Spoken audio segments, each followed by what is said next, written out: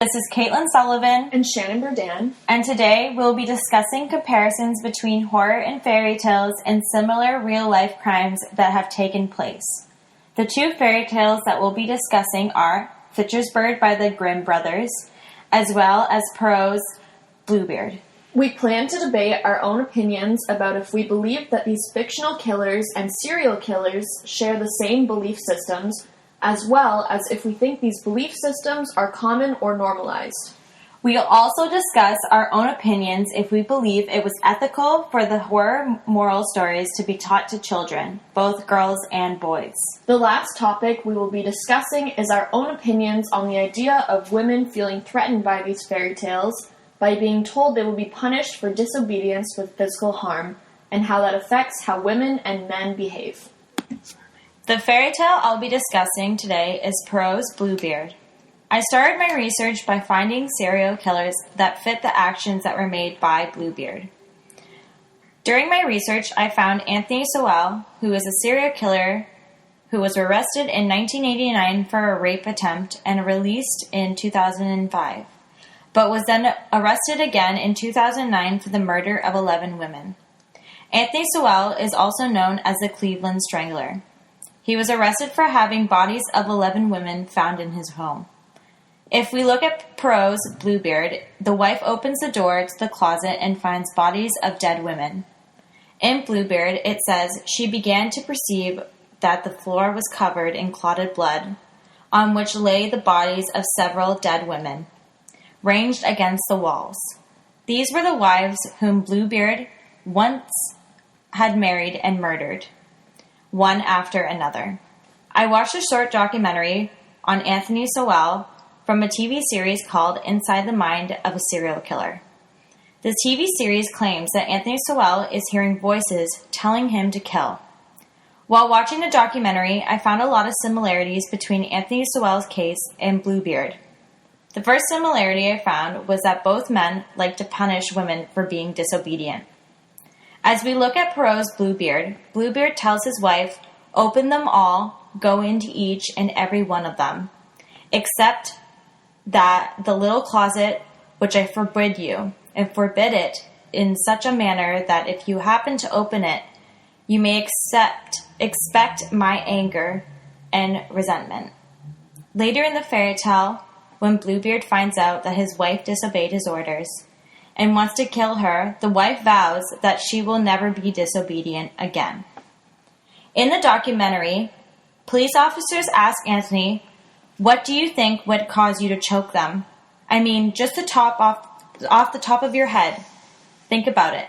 Anthony replies back saying, "To punish them." Another similarity I found between both men was in Bluebeard, women would go to Bluebeard's house because he was very wealthy and would host parties at his house that would last all night long. According to the TV series, Anthony would have parties, but it would be because of drugs and alcohol that would lure women into his home. Another similarity, according to the Inside of the Mind of a Serial Killer, everyone liked Sowell. They thought he was a good guy. One of Anthony's old girlfriends said that he was very kind and caring, but then he could be violent if someone disagreed with him or didn't say the right thing. In Bluebeard, the youngest daughter, who is supposed to marry Bluebeard, began to think that the man's beard was not so very blue after all, and that he was a mighty civil gentleman. In this case and story, no one knew where the bodies were of the missing women, until in Bluebeard when they were discovered by the youngest daughter, and in Anthony's case, by the police. Anthony Sowell was sentenced with death penalty in 2011, and Bluebeard is killed at the end of the fairy tale. I also found a YouTube video of an interview with 3 News with one of the victims' sons 10 years after the killings. The son's name is Anthony Dozer, and his mother is Crystal Dozer, who was the very first murder victim. Anthony Dozer says that Sowell preyed on troubled women. Okay, so for my first question, is there a universally shared belief system that has been passed down through generations that these things just happen?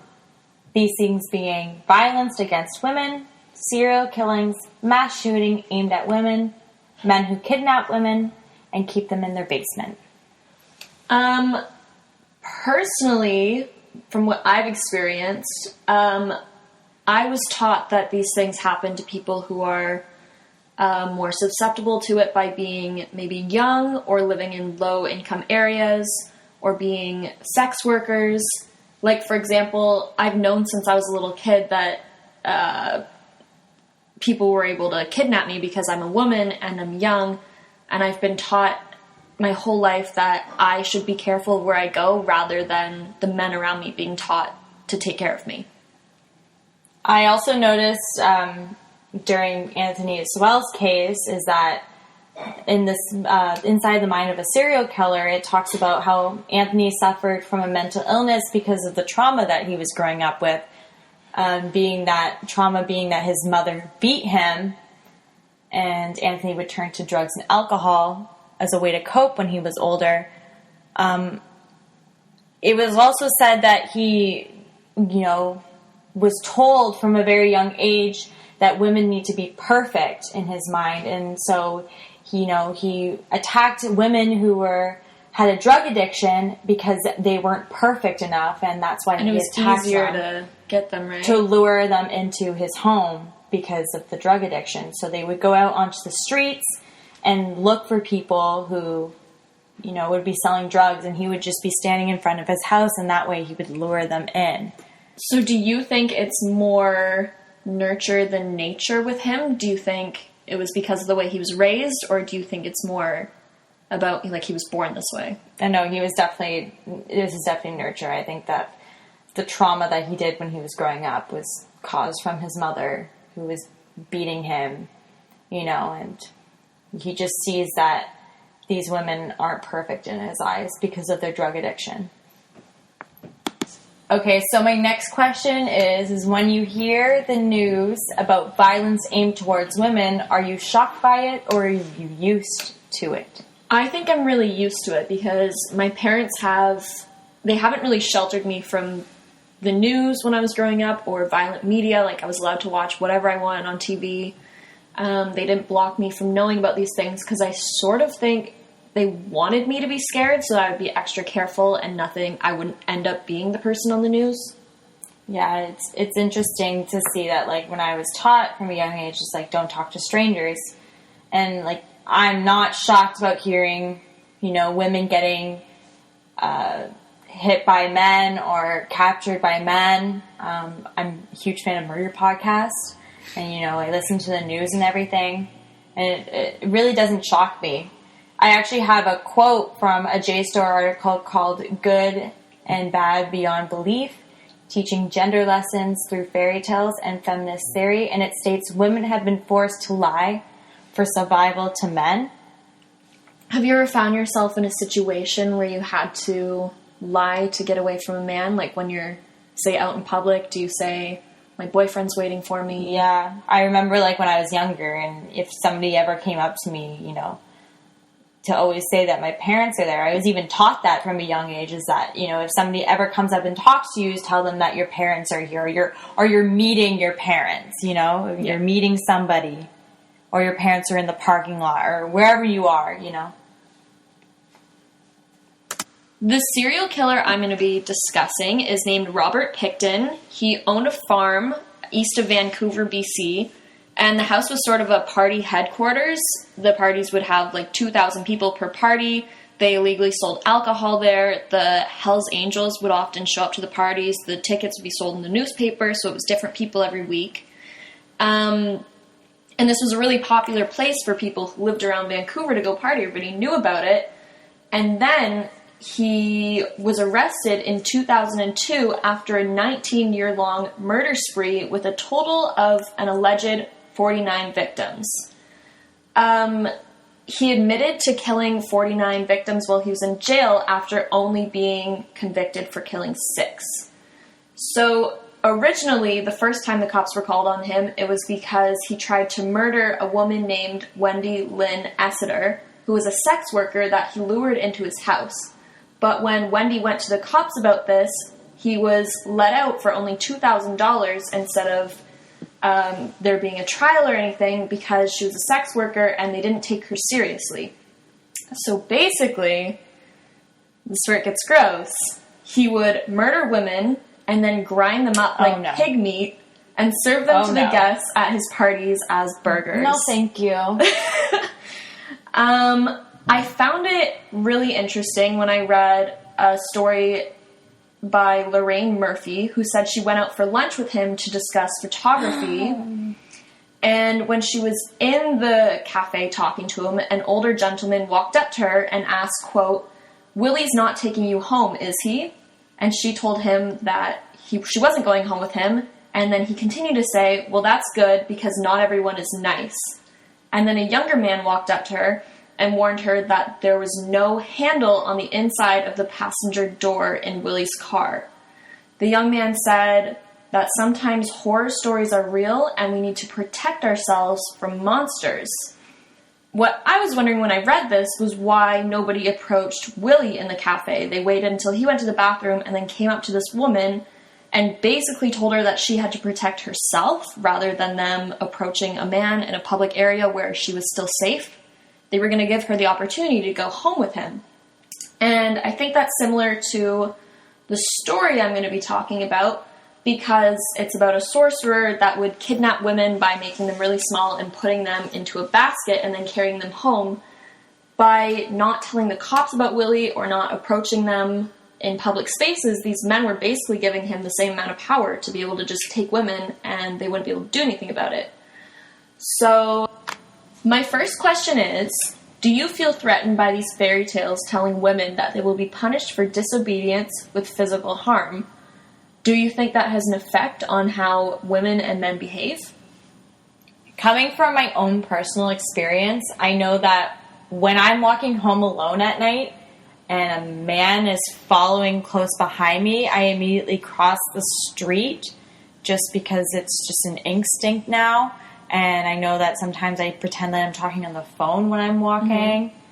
I know that when I was younger, my parents were always telling me not to talk to strangers. If somebody's coming up to you, say that your parents are close by. I remember when me and my brother were at a young age and someone would, we were told when we were home alone not to answer the door when someone was there. I remember, my brother is 4 years younger than me, but I've noticed that he doesn't really have a curfew while I had a curfew at his age. So it's just different.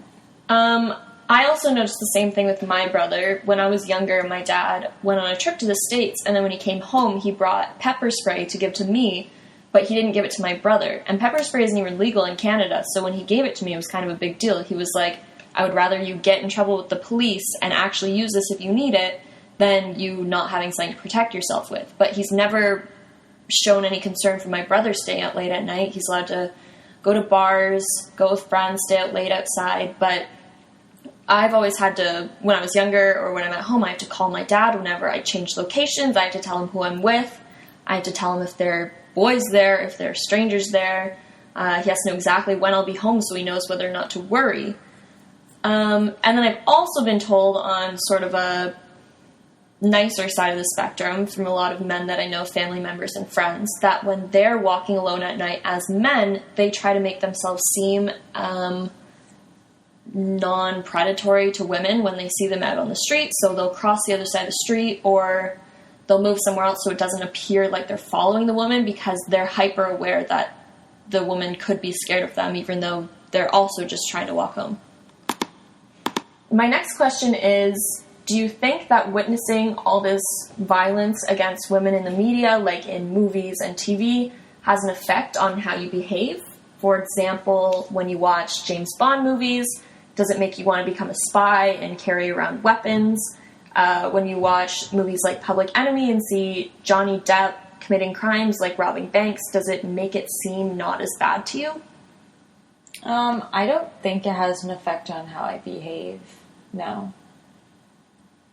But I think that, for example, watching a show like Criminal Minds growing up, I had I was very scared watching Criminal Minds just because of the situations that were happening.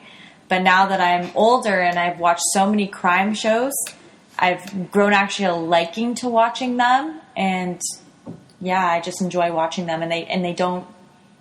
So you wouldn't say that you see the crimes as not as bad, but maybe you feel desensitized to it? So you wouldn't commit these crimes yourself just because you're seeing it, but at the same time, it doesn't freak you out as much. You don't see it as a big deal like you would have if you were like 10 years old watching these things? No, yeah, exactly. I feel like if those, a lot of those crimes in those shows are real life things or even based off of real life people, and it just doesn't affect, if I see this happening in the news now, it just doesn't affect, it doesn't give me a reaction. I'm used to it, kind of. I think this is the perfect segue to talk about our last topic, which is asking if it's dangerous to tell these stories to children because, like you said, when you were younger, you weren't as scared of these things, like watching scary shows and movies, but you were really impressionable, so now you've grown up watching them and you're not scared anymore. I personally don't think that it's a good idea for horror moral stories to be taught to children. When I read Perrault's Bluebeard for the first time, I was horrified. It's scary to think that horror fairy tales are being taught to children as a lesson.